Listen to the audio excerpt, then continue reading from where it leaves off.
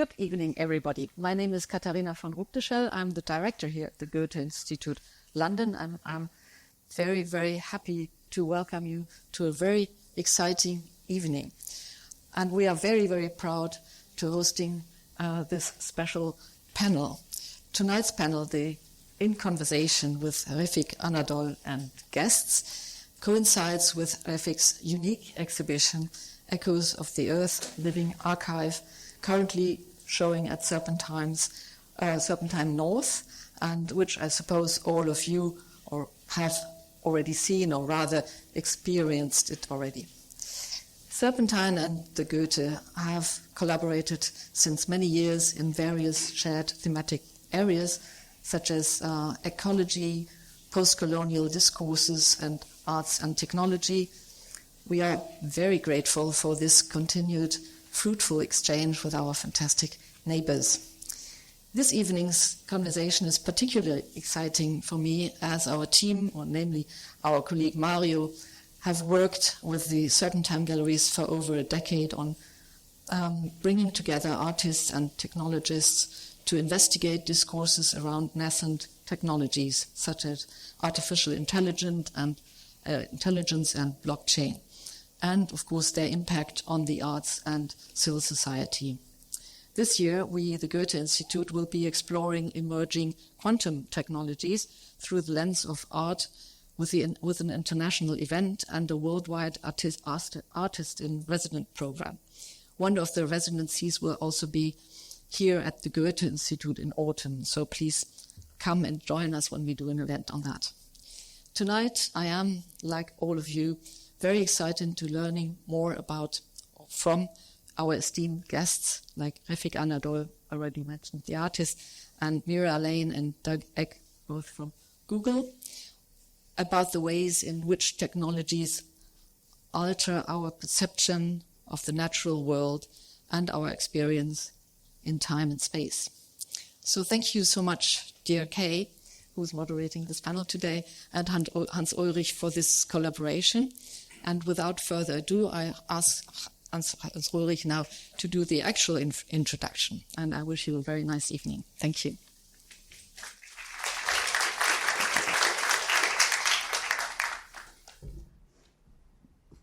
Thank you so much for this very kind introduction.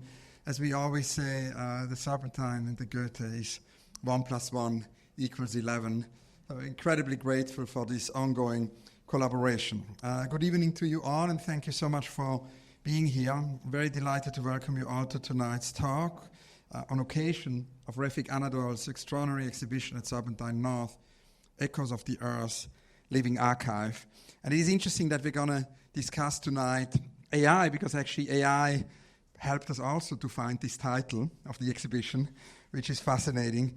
The exhibition is Anadol's first major institutional solo exhibition in the UK and features large-scale installations and media works, including the premiere of Living Archive large nature model, which is adapted specifically for our gallery. And we also have artificial realities, coral and artificial realities rainforest, employing the longest continuous generative AI visualization on nature today worldwide. So in a way, it's two incredible premieres, and Anadol, of course, has been a pioneer in the field of open source generative AI dedicated to nature for such a long time. We have known each other exactly for 8 years now with Refik, so incredibly grateful to Refik for these 8 years of friendship and dialogue. And everything really started with Google, because Refik was in residence at Google at that time, and we did a panel together at MoCA in LA. I think this exhibition on so many levels is new. It's in a way clearly going beyond the white cube model. The objects, or basically the works, are never finalized. As Refik told us, in a way, the digital colors in the exhibition never dry. The exhibition is in that sense in permanent transformation, but also it's an exhibition which goes very much beyond this binary of physical and digital, which is important, and of course also focuses on something which plays such an important role in our work in relation also to technology. Of course, it has a lot to do with archives. It's an incredible archive, and Refik is going to for sure tell us more about it tonight, has totally ethically sourced all the data of this project. And of course, I think it's important also that we keep in mind that this exhibition is a step towards something really major. Refik, together with Efsun Erkilic, is developing. We need to give Efsun a very warm welcome. Efsun is here with us. And Efsun, a very warm welcome. And Refik are developing this data land, which is going to open next year. Like the exhibition, it follows a very holistic approach. It brings together technology, art, science, ecology, and really shows us the incredible potential generative AI has for immersive storytelling, the very transformative potential. And of course also, as Margaret Mead always said, the anthropologists already in the 50s, when we think about how we can bind viewers into exhibition, we need to think about a more multisensory environment, which I think Dataland will definitely be. I think also the idea important to actually expand the possibilities how art can intermediate between culture, technology, society is very much at the core of this show and of the forthcoming Dataland. And of course also the connection always with architecture is there in Refik's work. Refik once told us, if we go beyond our existing steel and glass work of architecture and transform them into these beautiful environments, and that's of course what Refik is doing here with Zaha Hadid. It's also interesting, for those of you who haven't seen the show, it's great to make that connection. For those of you who have seen it, it's great to come back and really look at Refik and then look at Zaha Hadid, because Zaha has been a great inspiration for Refik for so many years. So Bettina Korek and I and all our teams could not be more delighted about this exhibition, and I think we should give Refik a very big round of applause.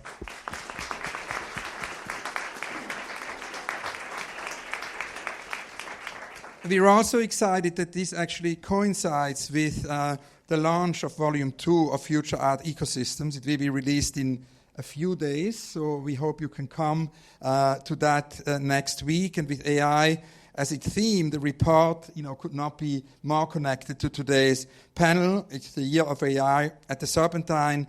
We're going to continue this also with a project with Holly Herndon and Matt Dryhurst. We hope you can come for that.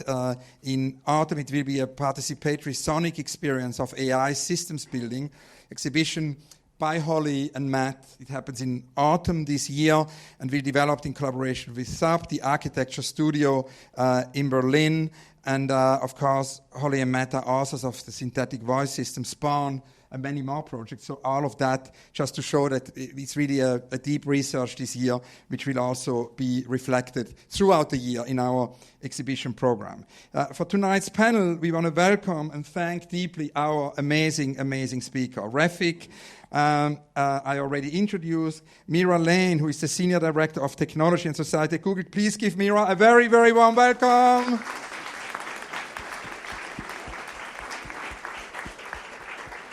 And also Doug Eck, who is Senior Research Director for Google DeepMind. A very warm welcome to Doug.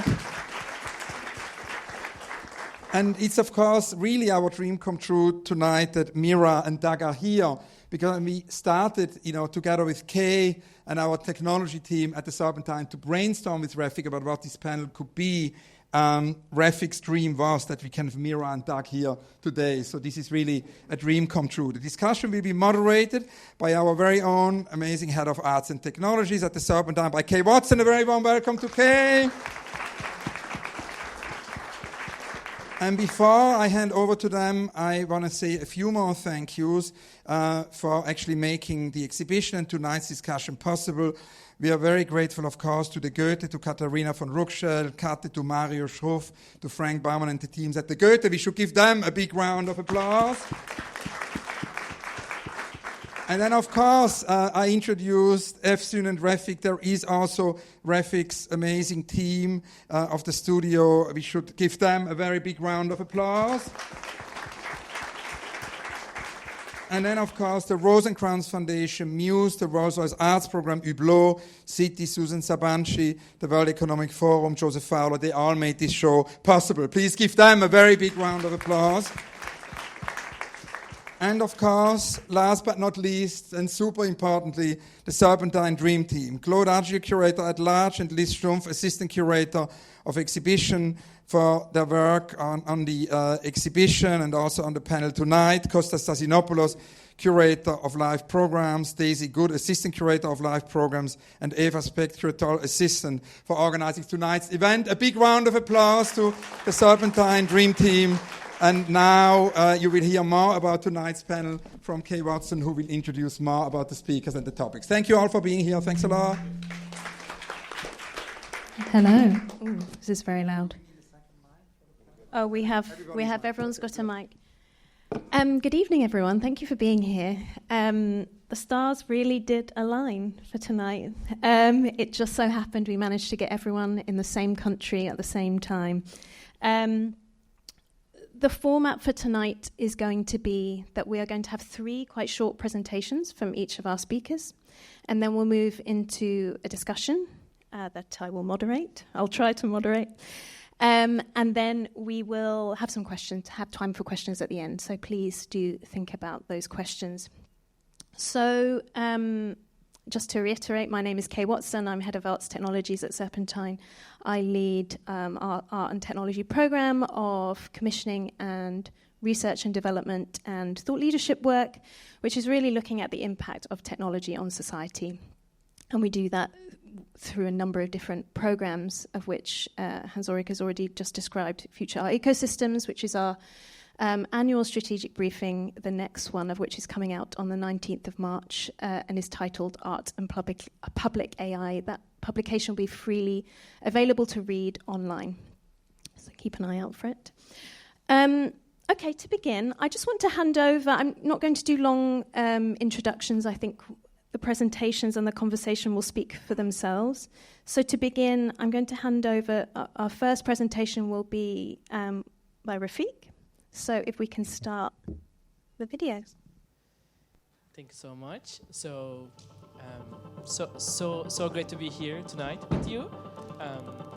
I'm extremely deeply grateful for tonight because truly, as Hans Ulrich said, the Dream panel together discussing our show, I think, creativity with generative AI, and many others. So I'm truly here on the shoulders of my team as well. Like they are mostly in Los Angeles, and some of us here also as a team of now we can speak 15 languages and 10 countries in a small studio, practicing as almost like an half decade.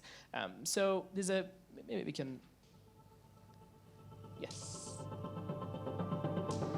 So I think what is exciting to show you this video today, it's almost our 10 years as a studio, practicing as a media artist in this field, try to imagine the future of creativity in the built environments, and trying to imagine how technology is transforming who we are is always like a dream since as a childhood. So I watched the Blade Runner when I was 8 years old and got my first computer and truly imagined that the machine one day can become a friend.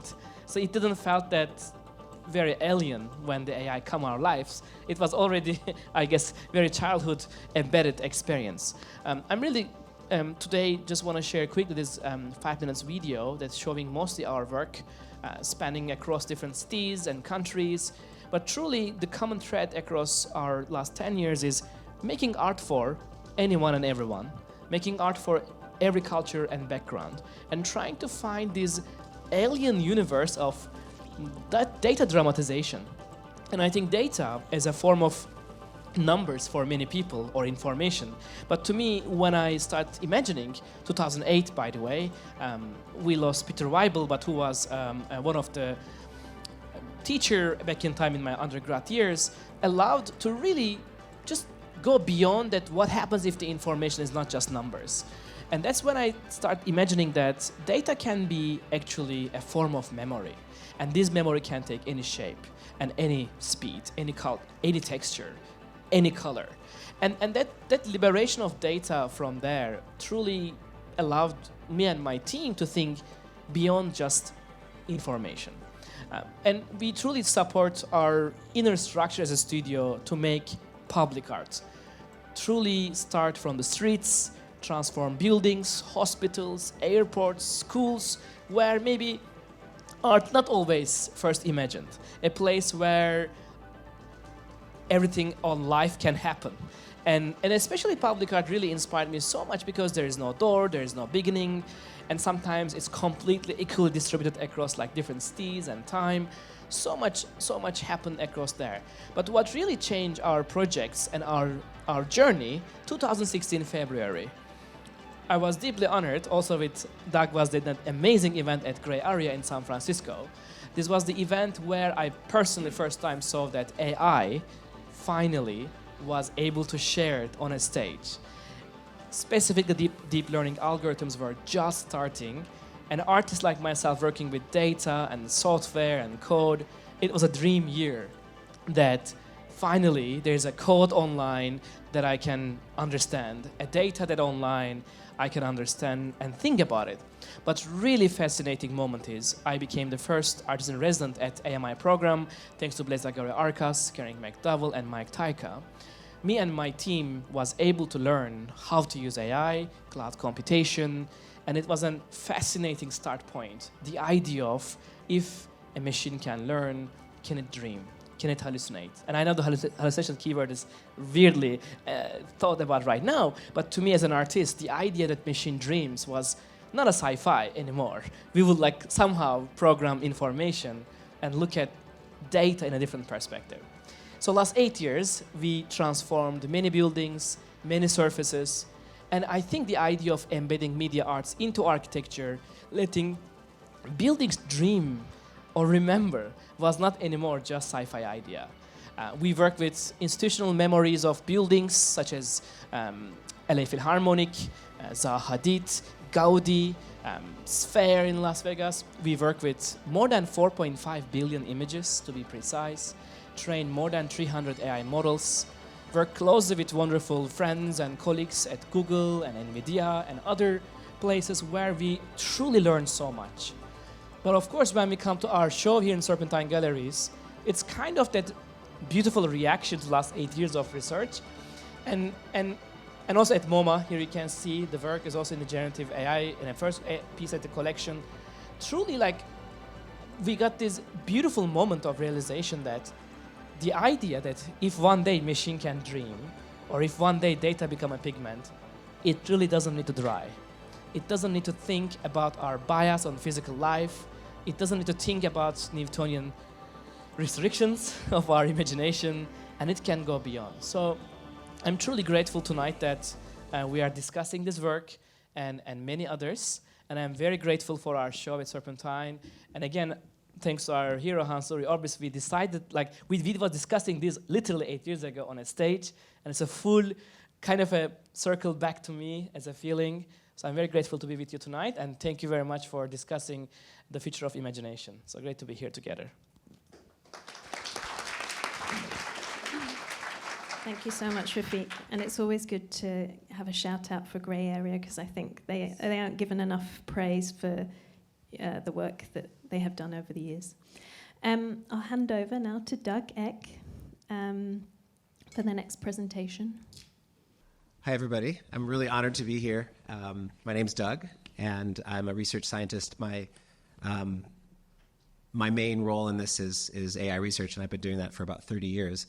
I was going to ask how many people know the provenance of that image, but I guess Refik has already mentioned Gray Area, which really was a moment. This is one of the, actually just grabbed it from their website. This is one of the Deep Dream images from there. And like Refik, I saw at that point that generative models were expressive enough to explore more deeply, and I started my own project. For me, it's really more about music. I love some of the things that Refik said. I'll just quickly say, I think this love of technology and the fusion of technology and art is part of you. Like it's who you are. It's almost like a sexual orientation or something like that. When I was 5, I remember I grew up without a lot of money, and I always wanted a piano, and no one played piano in the house, so my parents wouldn't buy a piano. But the next door neighbors had a player piano, And I probably asked once a week, can I go over to Ed and Nancy's house and see the player piano and have them put the paper on the reel and make it work? So I've just always been fascinated by this. I'm a musician, and I think that also, I should say that many of my colleagues that are doing generative models of the sort you're reading about in the news, many of us are artists, and many of us care very deeply about the provenance of the data we train on and all of these things, And I say that the folks I work with are at best failed artists, which is okay, or failed musicians. Not failed in a bad way, but it's not my day job. Okay, so what I want to do is spend about 3 or 4 minutes, maybe maybe 5, because I'm going to play one demo for you, to try to give you an idea of what happened in the last 10 years with AI, because something has happened in the last 10 years.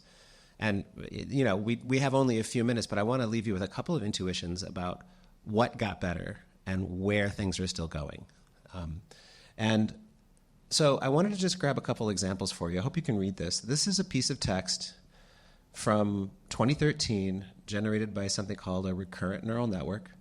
The technical is not that important. I highlighted a line that for me at the time was pretty exciting because, wow, it sure looked like English to me for some range of start rail years as dealing with 161 or 80, blah, blah, blah, blah, blah, right? Kind of capturing something about it. I think this was trained on Wikipedia, so it's trying to generate a Wikipedia page one word at a time.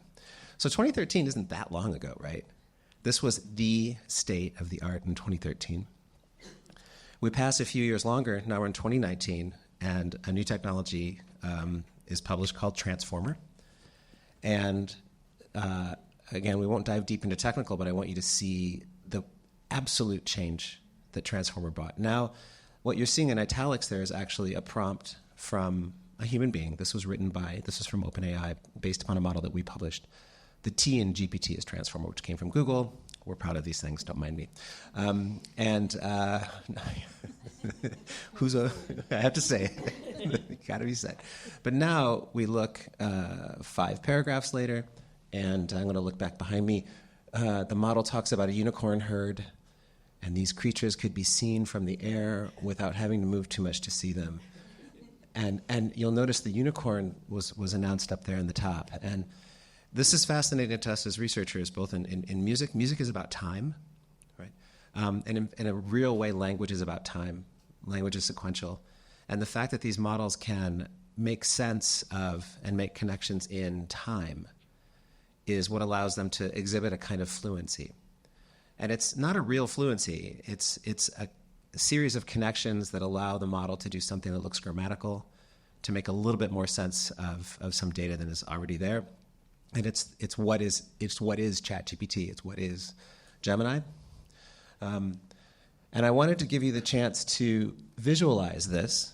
What you're seeing here is a piano roll. So time is moving on the x-axis, and it's a bit technical, but what you're going to hear a piece of music from 2018 from our team, written by a transformer model.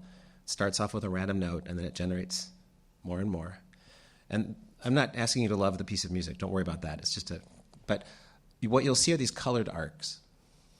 And these colored arcs show what the model is attending to, what it's paying attention to, and how it's pulling together information from what it already generated to generate the next thing. And think back to the unicorn. Somehow this model figured out that it was still talking about unicorns 5 paragraphs later, right? Because it's looking back and integrating the information from the past. And so I want to play this, and I want you to pay attention specifically, since it's a small group. I'm just going to let it play out. But do you see these little short dots? Those are all repeating themes. And as the music plays to these repeating themes, here's another one. Look at how it latches on and pays really close attention to the ones that came before, and understand that it learned that, and understand that these models are doing exactly the same thing with language. So I think I'll let you see if you can trigger this.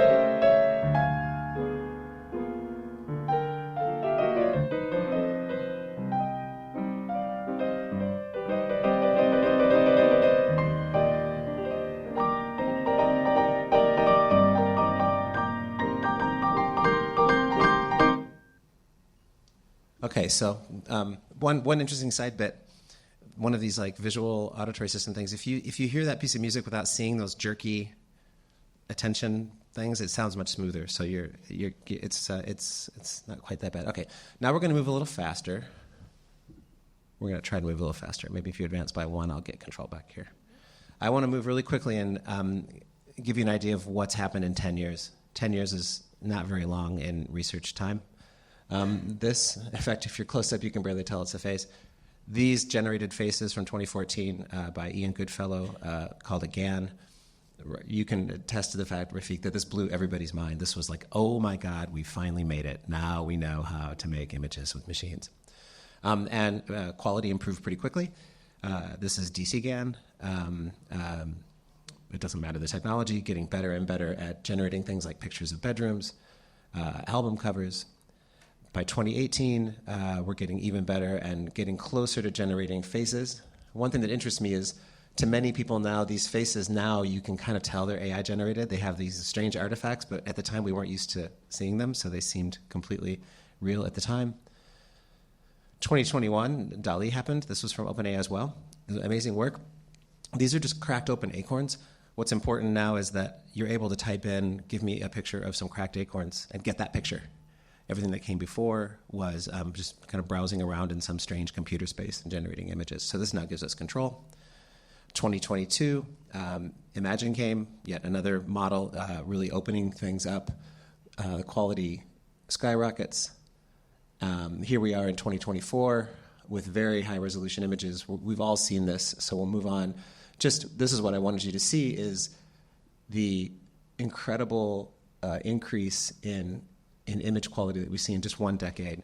I've been doing this for 30 years, and it really was a point-like change for everybody. And that's really all I had to say. I can leave this quote up or shut it down, but this is my favorite Brian Eno quote about how really what's fun about technology is that you get to break it. And that's maybe a point of conversation later. So thanks. I'll pass on to Mira. Thank you. Thanks, Doug. And now I'm going to pass over to Mira Lane for our final presentation. Okay. Doug, I love the 10-year journey. It's incredible as you think about it, from just 10 years ago, blurry images, to what we have right now. And so, as Kay mentioned, I work in the Technology and Society group at Google. And this is a group that kind of works across the system. And what we do is we connect research, people, ideas, and we catalyze some of Google's most ambitious technologies. And we try to do that by putting our thumb on the scale for humanity so that the technologies benefit people in society. And my team is a very multidisciplinary team. So we bring together philosophers, designers, technologists, social scientists, prototypers, artists, all sorts of people. And so I thought what I might share with you is a set of areas of inquiry that we pursue, because much of my team's work at the moment is not currently public, but I thought I could share some of the questions that we focus on, the areas that we pursue. And I think it dovetails really nicely into some of the technological and cultural questions that are kind of being raised at the moment by what Refik showed and what Doug was sharing. And the first one is really about how might AI technologies augment human creativity. We just saw through both of these presentations just how incredibly powerful this technology is in the creative realm. And there are significant areas of exploration around novel things like the co-creation of music, the co-creation of film. What does the listener or the experience feel like? How do we create all new sorts of experimental instruments? How might we bring in artists and singers and songwriters and filmmakers to co-create with us? Because us technologists, we have ideas, but the magic happens when we bring people in and we co-create together. And what that lets us do is it helps us shape our investment in technology. It helps us co-create with the community and people that are affected. And so it's remarkable that just a decade ago, this was the conversation about AI and art was actually very speculative. We actually thought 10 years ago that the disruption was going to happen in finance or banking or logistics or transportation. We weren't talking about AI and art in a deeply meaningful way. And yet, here we are, where this is actually sparking profound change, faster change in the creative realm than some of these other sectors that we had predicted 10 years ago. And so this is a category of questions that we look at, like how will AI, for example, augment creativity? How might we unlock the power of AI's benefits through whole new interactions and experiences? And some of the things you're seeing right now around chat experiences, we know that that's one way to interact with a generalized model, but there are completely different ways to interact with technology. And chat is a very constrained interface, as many of us can attest to. And so we have some work that we're doing to go and explore new ways of interacting, new multimodality ways of interacting, more complex workflows, and even UX that kind of forms on the fly, depending on what you're doing at the time. So this is another area of exploration where we're looking at, where do these models go and how might we want to interact with them? How might we want to engage with things that are general, that can do all sorts of things? We have a category of work that is really around the deep philosophical questions, because AI is philosophically new. It leads us into novel and uncharted domains. And we think that understanding the terminology in this space is critical for how we communicate, how we make product, how we even think about policy, how we think about research and development. And terms like agency, language, intelligence, consciousness, meaning, understanding, all of these words are typically characterized in the human realm. And yet we're using these words in the machine realm. But AI is a space in between.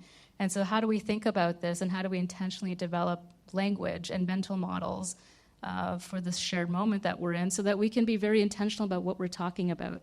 Because these translations and these words that we kind of apply a little bit in a sloppy way sometimes, they don't actually tell us much about the system. They hide and abstract away capabilities and potential as well. And so there's some deep philosophical work that's happening here in this category.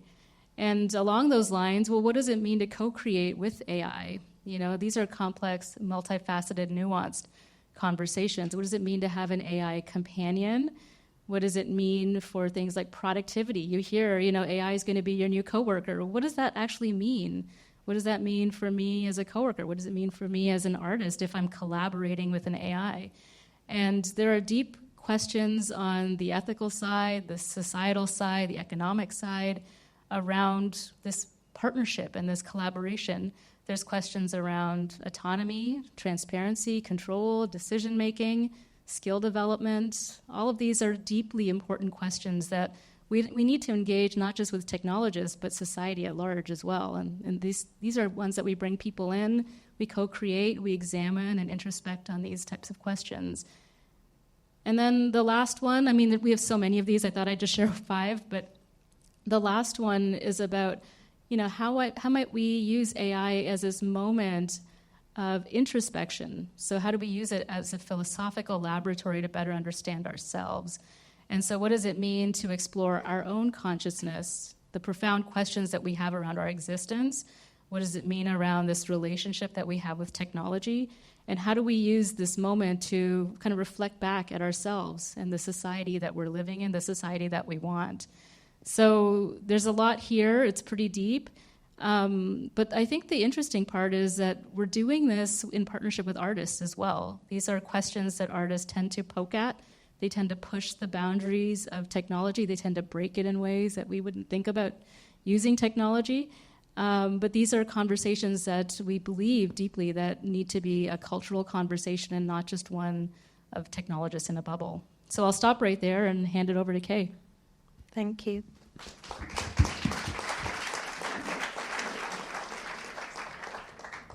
Thank you, Refik, Doug, and Mira. It's just so interesting. We've covered a lot of the different sides, I guess, already. We've started to think about the creativity. We've looked at the technical aspects. We've looked at societal implications as well. And I think in I think what would be great for us to do now in this conversation is a few things. I think it's really important and useful to talk about artists' production processes. I think there isn't always a huge amount of opportunity for artists such as yourself, Refik, who are have such complex practices involving advanced technologies, and it's often something, myself included, want to sort of dig into and understand. And I think there's also something that the revealing the back end of how artists work with technologies is something really valuable that art in general can offer. We'll also sort of start to dig into some of the broader ideas that are emerging from your practice, and we'll discuss more widely. But then also, because we're so fortunate to have Doug and Mira with us, really thinking about, especially with what you've mentioned about, everyone's the creativity that is present within the tech field, and the sort of interdisciplinarity and cross-disciplinary sort of approach to the work that you're doing, to really draw out some of those notions when it comes to the opportunities and complexities of AI in the context of culture, and maybe look at the future as well. So let's see, we've only got a short amount of time, but maybe we can cover everything. So I wanted to start with a more sort of broad macro question, in order to kind of bring us together as to why we are here, the four of us. I think it's worth saying, Refik, and you mentioned this in your presentation, that you have collaborated with Google in many ways, on many projects over the years. You were their first artist in residence in 2016. The reason that I and many of us discovered your work is because of that, and also your Walt Disney Concert Hall piece. And so I think that was a very important work for the trajectory of your career. I'm sure you would agree with that. But I want to sort of bring in this notion of the sort of cross-pollination of art and technology as sectors, as spheres, of forms of knowledge, and why you feel it's an important world to be in. And in addition to you both, Doug and Mira, from a different angle, or maybe it's the same angle, what is the role of impact of art for you in the work that you do, understanding that you're both artists and creatives in your own right, and how does that impact the work that you do with AI? Refik, maybe you want to start. Yes, actually, so exciting to hear Doug's presentation, because literally GAN models were one of the first day of the residency was literally the question, okay, you're in one of the most wonderful minds discovering these technologies. What you would like to do was one of the questions. And I think, Mira, this is also a wonderful part to your questions. I said it's amazing to sit together, one of the pioneers of AI, but it will be also exciting to bring a neuroscientist, artist, and a shaman together. And we sit together maybe 8 hours with these very much possibilities of these questions of if a machine can learn, can it dream, and hallucinate. So I think we really start with questions and then deep dive in these possibilities of using technology in very exciting, complex places. What really fascinated me is in the residency, first of all, while it sounds like, very easy shortcut, actually it was not. The residency was a beautiful start point, putting a light to the possibilities, but nothing was solved immediately. Still, me and the team learn, understand how to use these complex technologies, discover many things, break many things. It may be the more safer way, but still there was a huge work to be done, but also amazing collaboration with the institution. So maybe Václav Korjan, also someone to remind, who gave us the first data set, 1.7 million documents of the SALT library, and that's how we trained that first model. And that's where I learned about lower dimension reductions, which is an amazing technique that allows a machine to look at big data sets of image, sound, or text and cluster them together to give us similarities or some sort of relationship maps. And they look so exciting because, as humans, we see multiple dimensions. Sorry. But when we think about 10 to 24 dimension, that is possible to lower it into 3 or 6, let's say XYZ coordinate of a data point, and let's add the color, red, green, and blue. Suddenly we discovered this kind of a sculpture. and which to me is a data universe or data sculpture, however we call them, but incredible essence of AI, that where the information later transforms into some sort of intelligence. I mean, all these dialogues have been done in 1 year, was fascinating to me. They do not exist in like a book, or we couldn't like even search them. They were like dialogues. They were like interviews. They were like deep talks about these technologies. So I'm super inspired by that 1 year more than ever. And around that time also, when the Disney Hall project, which is an LA Philharmonic for 100 years, they invited for celebrating the institutional memories of 100 years. The first data was, of course, for Philharmonic Orchestra, was sound data. So they gave us 72 years, like all the information, every single recording they ever done. But that data set is so large to really understand. Well, there's no way to listen. It will, I think, took 16 or 17 years to listen them, so there's no way to listen them in our lifetime, in that like a research time. And then we said we need to truly imagine together. And thanks to, by the way, Doug's, back in time, the Magenta group was completely doing an open source research, allowing artists like me learning how to use machine learning algorithms to look at these big data sets. And they were all like start to create breakthroughs in the art world, because then we were able to say, institutional memory of LA Philharmonic suddenly turned into an instrument that all that years of like research, all that years of like recordings somehow became available. So what I want to say is these residencies, these relationships are really incredibly powerful when they are pushed through not only artists, not only like a technology partner, but also the institution. So when we have that triangle of like imagination, when they all came together, I think many magic happened across the years. So I'm truly grateful that these dialogues happen, challenges are happen, open source information was there for artists like myself on the shoulders of many open source culture. So very grateful that this is now more than ever available. But I think they were very important days to just remind that now we're in the co-creation age. So they were like a great warming up sessions. Mira or Doug? Well, I'll touch on maybe your question about having artists in the workspace. And I'll give you a quick story from also around 2016 when this Ian Goodfellow paper was published.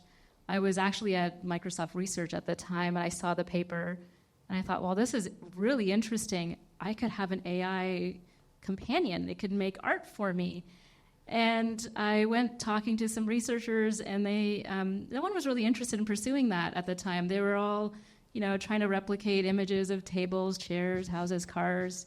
And they're like, Mira, we don't have a lot of GPU time, but maybe if you could convince someone, we can do some kind of experiment.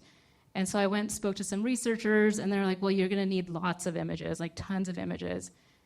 Most artists don't have a huge database of imagery. So I thought, well, what if we took my video art and we sampled images and we created a large database of my art? Could we make a little AI in the style of Mira? And they're like, oh, that's an interesting idea. We hadn't thought about that.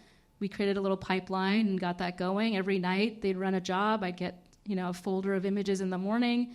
I kind of sift through it. They were about 50 by 50 at the time. I think that was the biggest we could do. And it was an interesting exploration of what does it mean to explore latent space as an artist, and what does it mean to try to convince technologists to go and explore something that they're not really that interested in, and that's what artists do. You bring them into the workspace in the technology field, and we start pushing boundaries. And we're like, well, what if you could do this? What if we could connect, a large language model like Gemini to a music model? Could we have it create music based on images? Could we understand how music is in everything around us? And so we have experiments like this that we do on my team, that we do at Google. There's an amazingly large number of artists at Google. It's quite surprising. And it makes you think differently. And it makes you explore the edges in ways you hadn't thought about it, because sometimes the solutions are very practical. They are all about, recognizing things, classifying things, generating very practical objects, but artists aren't interested in that. They are interested in pushing the boundaries.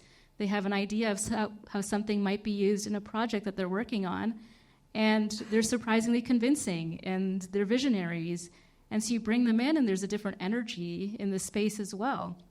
They are deeply curious and ask why quite a bit. Well, why is it like that? Why not? Why can't it be different? And so that's the energy that we're trying to bring into these conversations. It's that counterculture, it's the boundary pushing, it's the breaking of some of these technologies and using them in ways we might not expect. And I think that is incredibly powerful from an innovation standpoint. And I'm sure, Doug, you can attest to that too, given how many musicians are on your team as well. It's true. Was that a really gentle handoff? That was so good. Had I not mentioned it, you would have all just been wowed by it. Like, wow, I didn't even notice. So we didn't know she's that good. So a couple of high-level observations and then a point. First, I have a really hard time making strong separations between sort of science and creativity. I was an English major, and then I became a coder. And what I would tell you is that coding is writing, and that just like normal writing, there are good coders are really good writers, right? And great coders are very, very good writers as well. And also, even in the realm of writing, we're pretty comfortable with the idea that there's like really necessary writing, like writing down a recipe, and there might still be some elegance to that, all the way to the highest forms of literature. That's true in code as well. There's maintenance code, there's pipelines, but there's also getting to think about a really hard idea that you want to tackle. And so I like this idea of blurring the lines. The second thing I want to mention is this is kind of thinking about like how do we know where we're going? How do we predict the future? I almost always discount people that try to guess where the future is going. It's so easy to make 10-year predictions about where things are going. I mean, imagine that someone came to you and they said, we're going to give you this device that fits in your pocket with a battery life of like a day and a half, and it's got a really good screen, and it's connected to the world. You can punch a number and you can talk to someone in Africa. You can talk to someone in Mongolia. You can talk to someone in South America. What are you going to do with it? You would never predict that the answer is Wordle on an airplane for 45 minutes, right? So we just don't know where these technologies are going to take us. Okay, so I love that unknown and that back and forth, and that gets to the deeper point, which is that, at least for me, art is bigger than this, but one thing that art is communication. It's an artist communicating an idea. It's communication. And the idea that we can use technology to give rise to new ways to communicate, I think that's the deepest and most important thing that I'm trying to do. And I think of it in very down-to-earth ways. So, for example, think of communicating visually, even in something like this room, what we're doing right now. There are a bunch of assumptions built into the technology of a PowerPoint slide deck. Those assumptions go all the way back to film technology. So think of just frames per second. You've got like 10,000 frames per second. That's high-speed video, and you can see the bullet hit the balloon and all that, right? And then weirdly, you've got 24 frames per second because, I don't know, 24, go check in, whenever this was invented. And then you get like maybe 1 frame per 5 seconds, and that's like a storyboard telling this idea like this, like when you're doing an animation and you're just going to, what's coming next? Each cell is what's coming next. Then you have a PowerPoint presentation. A TED Talk is just 1 frame per minute, right? And a single image is 1 frame per 100 years, because that's all we've got in us, right? But like imagine that we can play in that space, and AI can let us play in that space, right? So imagine now you have technology that just doesn't care what frame rate is anymore. And maybe is that some hook that some person could use to tell a different story, maybe even tell a deep story that we might find artistic. That, by analogy, is what excites me. And I can talk about this, but maybe there's nothing there. Maybe you try it, and it's like, yeah, well, look, you really don't have that much space in this continuum. But for me, it's this obsession of trying, and of trying with a technologist hat on and just trying to build the thing that lets us try the new idea, build the cell phone, and then the creative space, whether that be communication creativity or actual deep artistic creativity, playing with those tools, breaking those tools. Breakage has been said. If you're doing word counts, we've said breakage. We'll say it one more. It's like 9 times we've said breakage. Breaking those tools for better, and then moving on. And it's that is why, that's the value add for me as a human being, and that's long-term, it's the value add of why we would care about this even in a company, because then we understand what people want and we build the tools they need. So even at a place like Google, this matters. Even if you're setting aside all of the wonderful things that we get to do on the art side.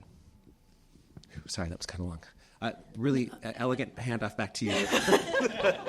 No, that was great. And also, I should say, feel free anyone to jump in at any time. I am but a guide on this conversation, and I fully appreciate that the three of you have a long-standing relationship in terms of creative work. So jump in whenever you feel like it. On that note, I think it's also worth saying that sort of the view of technology coming from the art field has also evolved over the last 10 years. I think that we're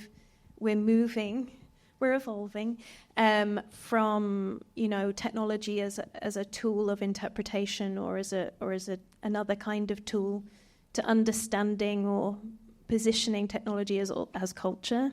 And I think that's also an important shift that's had to take place. On that note, I want to sort of zoom in a little bit. And Refik, the reason we are all here is because of your show, Echoes of the Earth Living Archive, which is obviously a massive achievement on many levels. And the reason, well, a couple of things. The exhibition itself is obviously, it's a public-facing outcome, but there is such a huge amount of work that has taken place behind the scenes. In particular, the development of this large nature model, your own AI system, of which I know you've built many. You know, this requires the building and development of data sets, the training of a model, so forth, so forth. And from my experience, what we've already discussed, I'll say the word breakage again. Artists are brilliant at experimenting and breaking these technologies, developing new workflows by bringing together different tools in ways that we could never, sometimes we can't imagine. So I want to talk a little bit about this notion of process and ask you to talk a little bit about the exhibition, but also talking about the large nature model and this and the collaborative way in which it's been developed. And then also, sorry to add another little bit to it, why was it important for you to build your own AI system?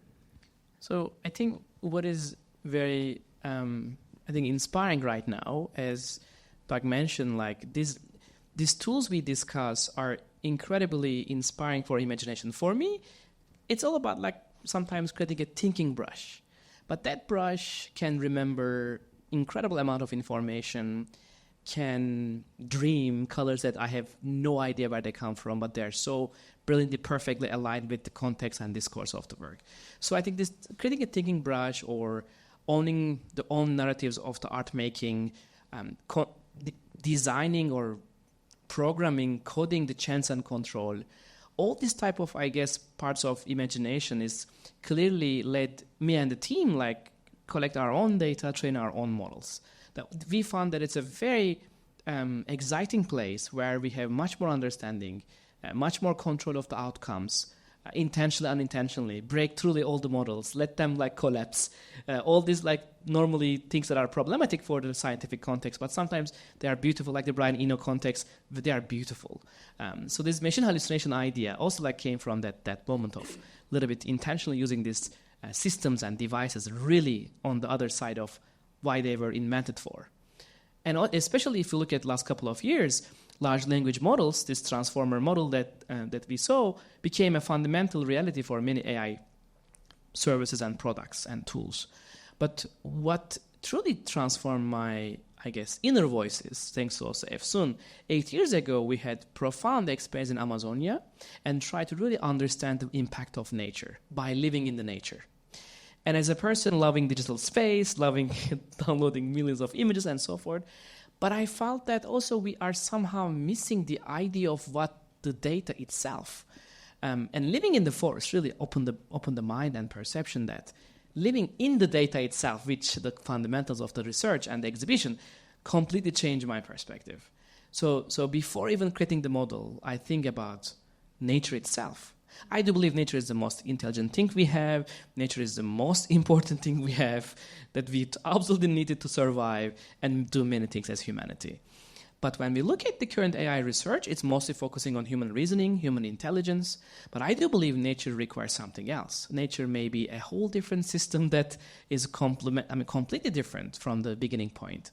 So that was kind of this like inner thoughts while the whole AI world was developing. But to make a new speculation, which the name is intentionally using L and M, but adding the nature in between, was a kind of a statement, kind of a speculation, the idea of what happens if we use these incredible technologies, but take the nature in the context, in the core, and maybe design something from around it instead of around us as humanity. And this is like where the fundamental imagination starts. And also we have very dear friends, Yavanava family, that both me and Efsun are very well connected. They are Amazonian indigenous people living in the forest with harmony with nature for thousands of years. So they are also our, by the way, advisors. So when we think about AI and data, we have one of the most profound experiences with them living together in Amazonia, which they preserve the nature also, not only just incredible people. So all this came together with this concept of what happens if we bring open source culture, open source available data to the open source available tools, and maybe imagine a new model type that perhaps can be a different take on the current landscape of imagination with AI. So we reach amazing partners, Smithsonian, Natural History Museum, National Geographic, and just ask them personally, are they interested? But by the way, these are wonderful data sets of hundreds of millions of images and text and materials, but they are in silos. They are in independent places. They are all open source, available, so anyone can technically, they can work with them. But institutions are so important for us. We reach them to really ask, are they interested for something communally imagining this kind of type of thing? The good news, they all respond positive. And then when we get that encouragement, and we also went back to our dear friends at Google Cloud, because this idea that what you are seeing here cannot be done in a home computer or like bunch of GPUs at home. It's a really very profound research. So we first start collecting data in the cloud to be sure that we have at least a place where these independent data sets can survive. And then when I think about large language model, of course, it's, by the way, not a one model. It's multiple models. Again, this is a very humble take and a very speculative take. It will be, at the end of the day, multiple different AI models interacting each other somehow in an imagination format. Not like a complete systems of very big systems. It's more art-making place where we think about text to image, text to sound, text to video, and if anyone interested, text to scent. Which I believe is an exciting space where we not only see and hear, but also feel the scent of this new world that we are, I think, all going together.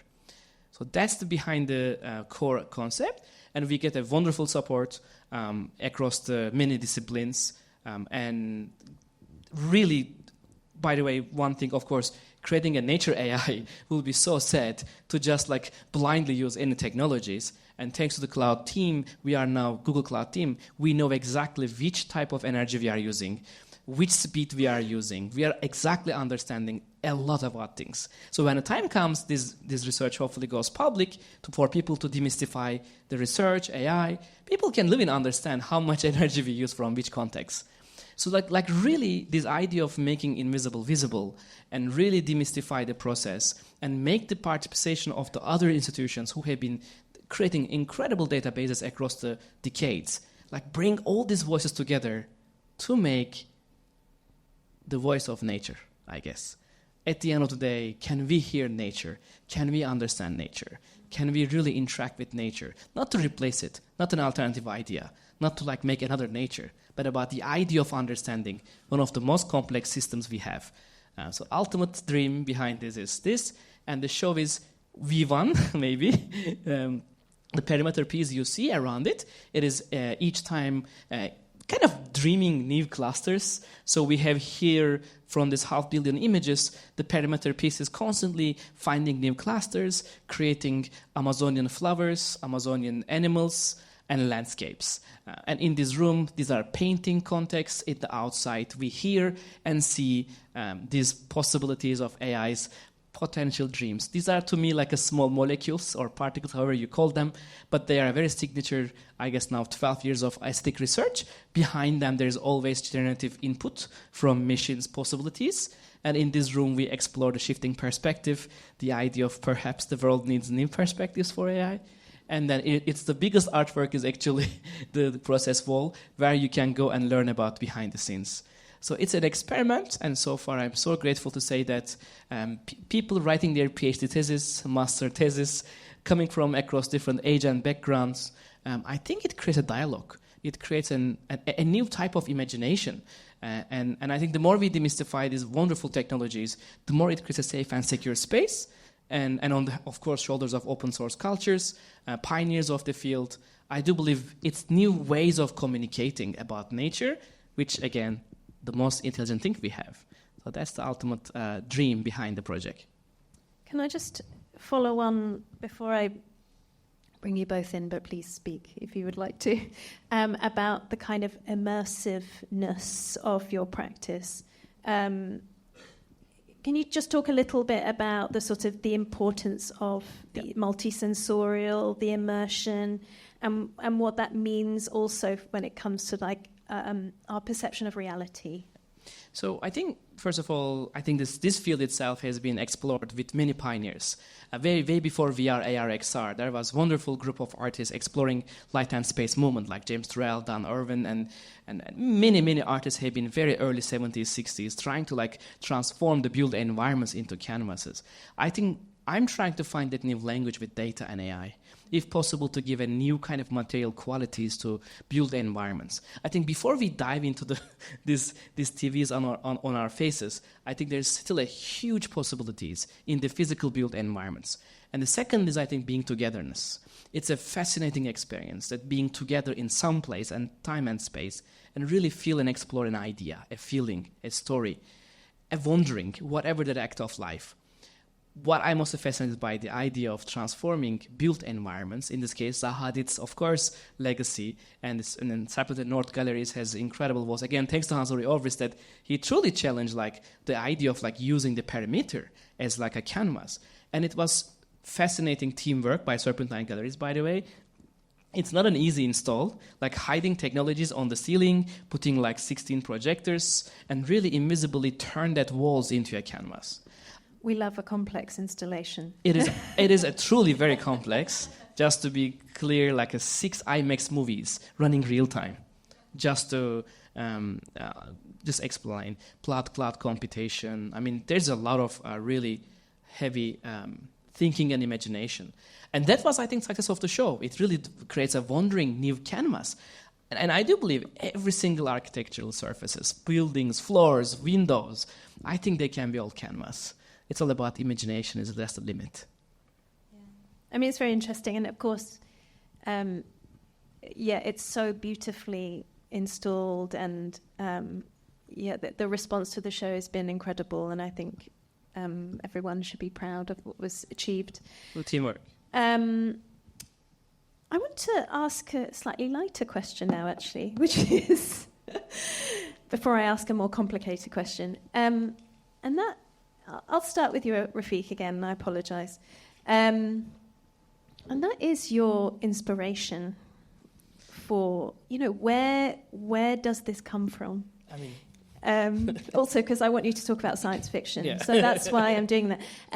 But also, to Mira and Doug, it's a question also for you, like what creative or other inspirations have led you to the fields in which you are in?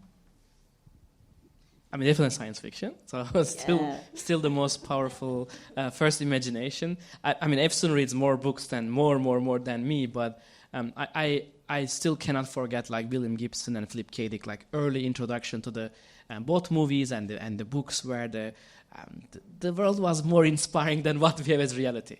But thanks to technology, I mean, now when we think about a building that dreams or hallucinates, that sentence back in time, maybe a decade ago, was a truly massive Hollywood production versus maybe that's much now doable with the current tools and imagination. So that gap is becoming more, and actually, I think there's no more any more gap. I think our life right now is much farther than current science fiction, I think. I guess I can go. So I mean, I'm inspired when I play music for myself. I mean, so setting music aside, the question is what inspires me to do the work that I do, and honestly, it started with a deep wonder of how people, and mostly children, can manage to perceive and produce musical rhythm. So I did my PhD in cognitive science and trying to understand how we do it at all. And it's quite amazing. It's quite amazing that babies across the world, so all mothers sing to their babies. Music is a universal. I know this is about visual art as well, but music is a universal. And it's not, we really don't understand the auditory system. We really don't understand how this all works. And so I was really fascinated by the fundamental questions of how this worked and started doing very, very neurally inspired modeling work, and then sold out and did neural networks later. But that was the original inspiration. I'll say something that is maybe doesn't fit in with the theme of creativity, but the thing that inspires me and drives me is more a profound sense of responsibility. And, I grew up, middle class, lower middle class, feeling very fortunate to even be able to go to university. My background is as a mathematician, computer scientist, so I've always been deeply curious about the technology. And so that's the thing that drove me. But then when I started to maybe mature in my career, I started to see the decisions that we make that have profound implications to the way people live. When a lot of people wake up, the first thing they do is they reach out for their phone. That is a motion that technologists are influencing. You wake up and you reach for some technology. Is that the thing that we want to be reaching for in the morning, the first thing that you do? And so for me, I'm kind of driven by this responsibility piece. I feel like there's just a need for that. I used to run the ethics and society team at Microsoft, driven by that as well. And then coming to Google, the thing that I felt was missing was this narrative around hope. There's a lot of people that don't feel like there is hope in the world right now, and the narratives that we see around us are surprisingly dystopian. And I felt like there was a need for a lab that would incubate possibilities with people, and internally and externally. And so that's the thing that really drives me. It's a little bit more of this, if I'm going to spend 8 hours, 10 hours, 12 hours a day doing something, well, let me try to push the needle forward just a little bit. And even moving these large corporations over by 1 degree, that has profound implications for everybody else. And so I don't take that lightly. And I end up being that squeaky wheel and that loud voice in the room that says, well, hey, we're missing some people in here. Who's not here that ought to be here? And I try to push. And the nice thing is I can speak multiple languages. I can speak technology when I'm in a room with developers and researchers, and I can speak, executive speak when I'm in a room with people that want metrics and results, and I can speak in a more cultural, human voice as well. And so I just try to take advantage of that and bring that into the space. And maybe that is the more philosophical part of being an artist, which is that that connection to your humanity and trying to bring that into your day-to-day, and not checking your humanity at the door when you walk into a corporation. Thank you. And to add to that, as a sort of a way to segue into a question, and then we'll go reach out to the audience for questions, is, in terms of our program at Serpentine, we really believe that artists have a role to play in how technologies are developed, and that we need to find the ways as a sector to support that kind of work, and whether that is done in collaboration with multiple different entities, or we find new ways to support artists. And so I want to ask you about the ways that artists can intervene, break, get involved, or really start to experiment with the technologies, with AI production in particular. And I just wanted to ask where you feel it's interesting in terms of scope for artists to get really dig into it.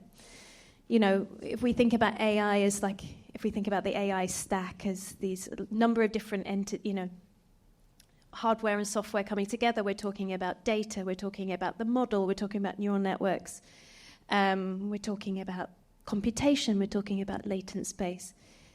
Do you think, it could be that everywhere is where artists can intervene, but what do you see as interesting or provocative ways for artists to get involved or to start to really experiment with these different areas of the technology? It's quite a specific question, but I've been thinking about this a lot in relation to our report. I can take a little shot at it.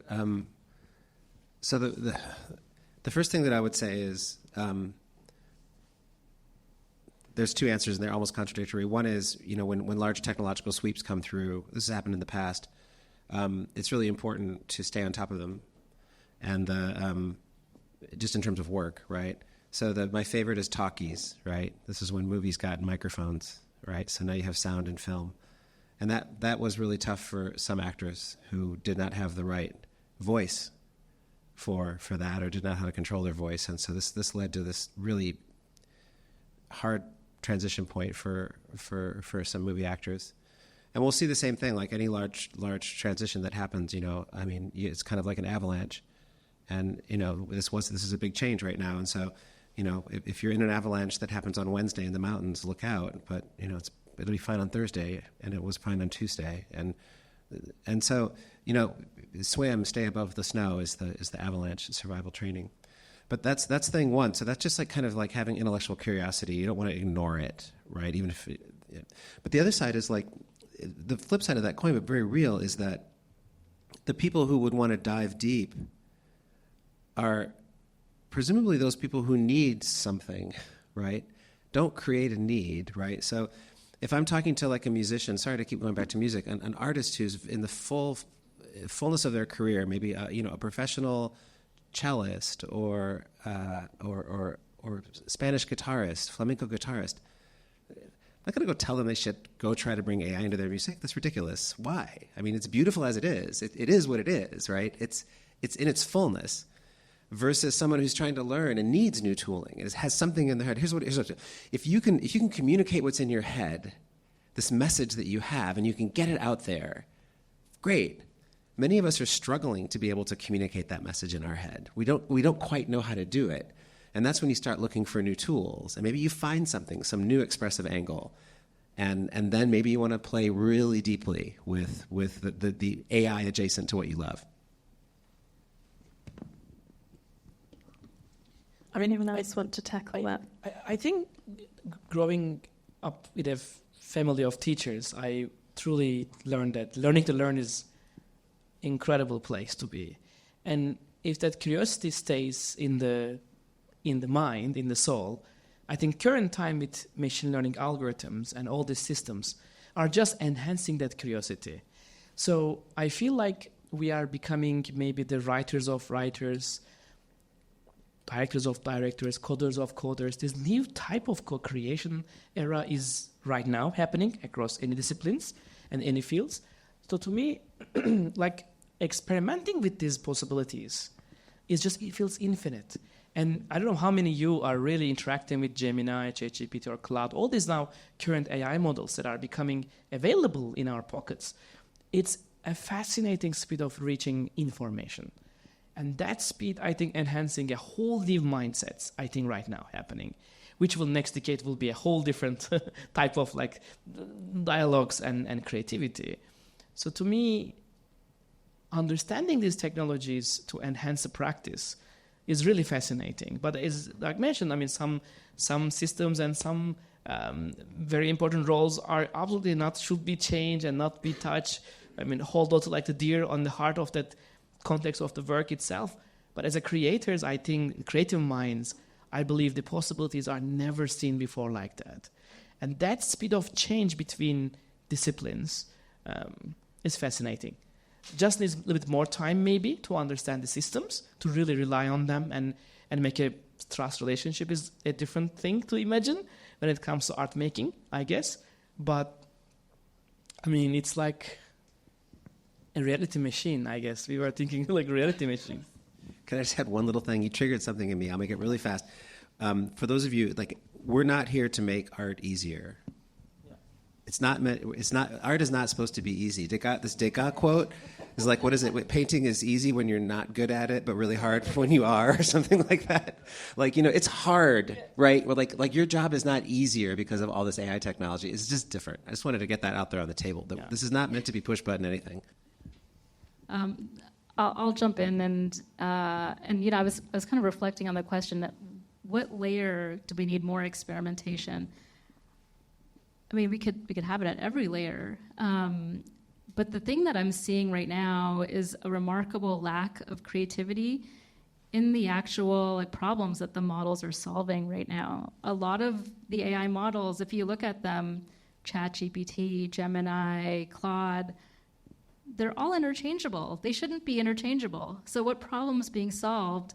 And there's not a tremendous amount of diversity in that space. I would love to see explorations that have models that are very distinct, very different, have very unique orientations, and the underlying technology around these models is around hallucination. We should have a model that deeply hallucinates. Yes. That is the purpose of that model. I would love to create with that.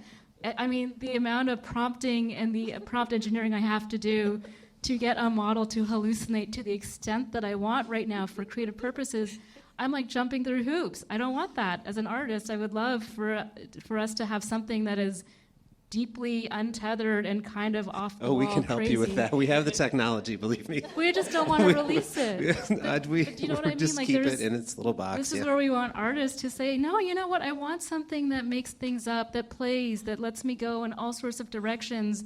And as the artist, I have the accountability to do something responsible with it, right? I think that there's just a tremendous lack of creativity at the moment, and I'd love artists to push on that more. Thank you. And I think, when asking that question, I'm also aware that not every single artist practice is the same. We do not expect every artist to do that. I think, there's a real diversity of practice, but I think it's interesting for, with artists who are really starting to engage with different layers of the AI stack or experimenting with AI in many different ways. It's interesting to hear that perspective from all of you. I am going to ask if any of you have any questions for the panel. Ooh, lots of questions. Yes, we do. Hi, thank you very much. Very informing and very intriguing. My question is for Refik. I visited the exhibition at the Serpentine. I've been blown away by the energies. For me, it has become like a sacred space, like a temple. And I want to follow up your suggestion to work with shamans and more with nature, because that's what I do as well.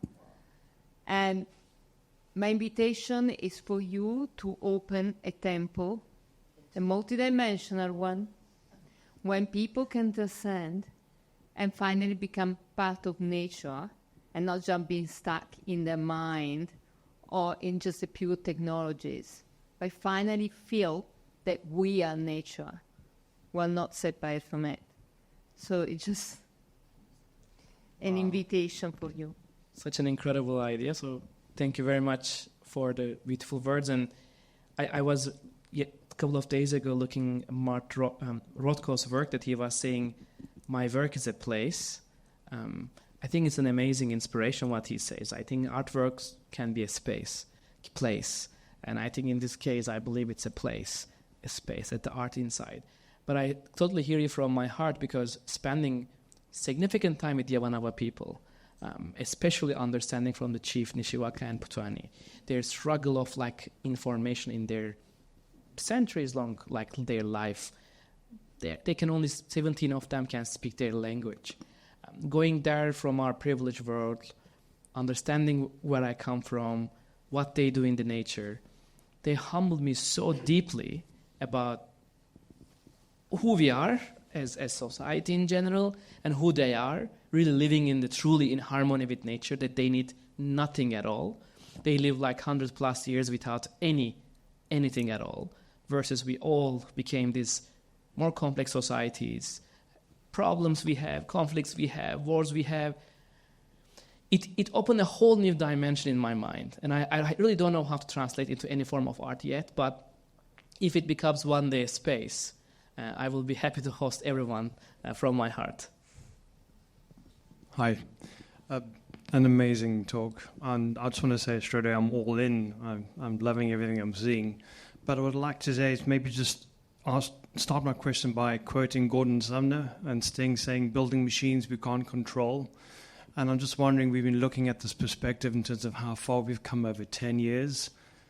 How close are we in terms of losing control over the things you're creating? Because from my perspective, I'm sort of looking across at the fence, and there's this sense going on at the moment that those that are creating these things are maybe holding back because there's this danger of losing control. So I'd like to maybe open the debate with that. I can take a little bit of it. First, it's a fantastic question, and we take this very seriously. In the AI community, this is a big debate. There are many very serious thinkers in the AI community who believe that general artificial intelligence is coming soon, and that it could be a great danger to humanity. I think on an evidence-based level, there's not a lot of support for that. That's my personal position. I'm very down to earth about these things. I view what we're doing. My best analogy is, quiz between heavier than air flight and landing on the moon. How many years? Anybody? 60. It took us 60 years from the amount of time of just getting these things to fly at all to landing on the moon. And imagine you're halfway through, you're 30 years through that journey. That's where we are with AI. We've been doing this for 30 years, okay? We're moving from figuring out if this airplane can fly to how do we build an industry around this airplane, and how do we make this airplane safe? And those are very connected questions, because if we build an industry around this airplane, there are going to be millions of human lives on the line, and we're going to start to get very, very, very serious about the engineering that we do. And if you look at the airline industry and the aeronautics industry, it's very safe. And it's one of the reasons it's safe is because it's valuable, right? So I'm very happy to see that as AI becomes more critical to the banking industry, et cetera, it actually forces us to think much more deeply about the safety mechanisms that we put in place. You can be as altruistic or as greed-driven as you like. That's how business works. Like your job is on the line. And at least at Google, I'm not claiming altruism. The safety mechanisms are deep, and they're sitting everywhere in the pipeline. And we still get it wrong. And we still will continue to get it wrong, but we'll get it, I'm convinced that we'll get it wrong less and less. In the same way that airplanes are safer now than they were in 1960, I think these AI systems will get safer. That's my claim. And I'm an optimist, and it's like Pascal's wager in reverse. If it's going to kill us anyway, I think the fear that you're hearing is everybody is concerned about this. And maybe the more near-term concerns are not about a system out of control, but more about what people will do with them. How do we handle misinformation? How do we handle deep fakes that are without consent? How do we think about transparency in these systems so that we know what happened and how a system came to its decision? So for me, those are the immediate questions, and the concern I have with the larger conversation about existential risk or any of that is that these near-term questions are urgent and very important.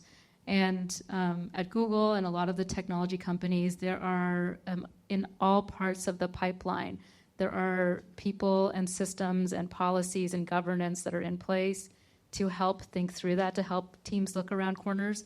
As Doug, you mentioned, you're still going to make mistakes, and it'll continue to happen because you can't predict what people are going to do with something. That's the thing that we were just talking about. How do we break the system? We can't predict how the system's going to get broken. But with enough experience, we can start putting guardrails in, we can start putting the right thinking patterns in. But it's these near-term risks that have me personally very concerned, because those are the ones that affect us all on a day-to-day life, right? What is it? How do you think about truth and which institutions are going to you're going to rely on? And so those are the ones that I worry. You pull that thread hard enough, and things start to unravel there, and that's a deeply human problem as well. That's mediated through technology. So those are the ones I worry about. When you think about the larger questions. There's a lot of discussion with researchers that they would need completely different architectures as well in order to reach something that is this broad AGI that everybody imagines, which we don't have right now. So the reality on the ground is that. But it's these short-term ones that I think are really challenging. I just want to squeeze in one more question. Thank you. My name is Peter Dolan. I'm an exploration geologist. And I'd like to let you know that in September, at the Geological Society, just a mile or so east of here, and by the way, I'm a complete neophyte. This is just wonderfully stimulating for me. We have a conference which is called Earth's Canvas, Exploring Geology in Creativity. Now, it rings so many bells, the title of your exhibition and everything, that I'd really like to talk to all three of you after this offline and see how you can give us some guidance on our program and perhaps take us, if you'll pardon the pun, out of the Stone Age. Another amazing point. Thank you. We'll be honored. I feel like we've really hit the jackpot this evening. We can probably fit in one more question. Thank you. I was interested in your studies on rhythm in children's neurology, and I think that I have an instinct that data is always retrospective. And so we're making something in amber, and we're also using a lot of predictive modeling for finances and things. But how are we making a better future where we are relying so much on the past to form it? Thank you. I think that's a quick. So, by the way, even though she mentioned rhythm, I think anyone can respond to this. I think it's a beautiful, beautiful question, and my answer to this is I don't lean on AI to create that kind of novelty. I'm thinking of this as a co-creation tool, and that the real novelty right now is coming from us, and I think that's something to celebrate, not to consider a technical flaw of our models. I think this also speaks to Refik, your thinking through of cultural memory and collective memories in the work that you do. I think, if maybe it's a very childish dream, but I hope that one day, if we can find the language of humanity, I hope that AI will be extremely helpful for us, because at the moment we have walls, we have passports, we have things that look separated, but perhaps AI can be that new music, new symphony, new language that perhaps we can find by using our collective memories that may create maybe collective dreams that hopefully becomes a collective consciousness. And that whole, cycle of imagination there is the wishful thinking right now. But I believe if these archives of humanity unites in somewhere on Earth, that creates this library of future where we can all go and freely and openly can interact with these things, beings or worlds or whatever dimensions that we can hopefully reach and feel and see and smell and taste. And it feels right now too super wishful thinker, but I think it may be just not too far away. That feels like a nice place to end. I would like to thank a few people again. Thank you so much to the Goethe-Institut for hosting us today. And of course to the amazing Serpentine team, to Kostas, Daisy, Eva, Claude, Liz, Hans Ulrich, and Bettina. All of these events are a team effort. And finally, of course, thank you so much, Refik, Mira, and Doug. Thank you for being so generous with your knowledge and your time. And I feel like this is the classic thing with every talk. You're like, we just scratched the surface, but we really did. So I hope one day this can be repeated. Since I have a live mic, thank you, Kay, for doing such a wonderful job of moderating the session as well. And thank you all for coming. I hope you have a wonderful evening.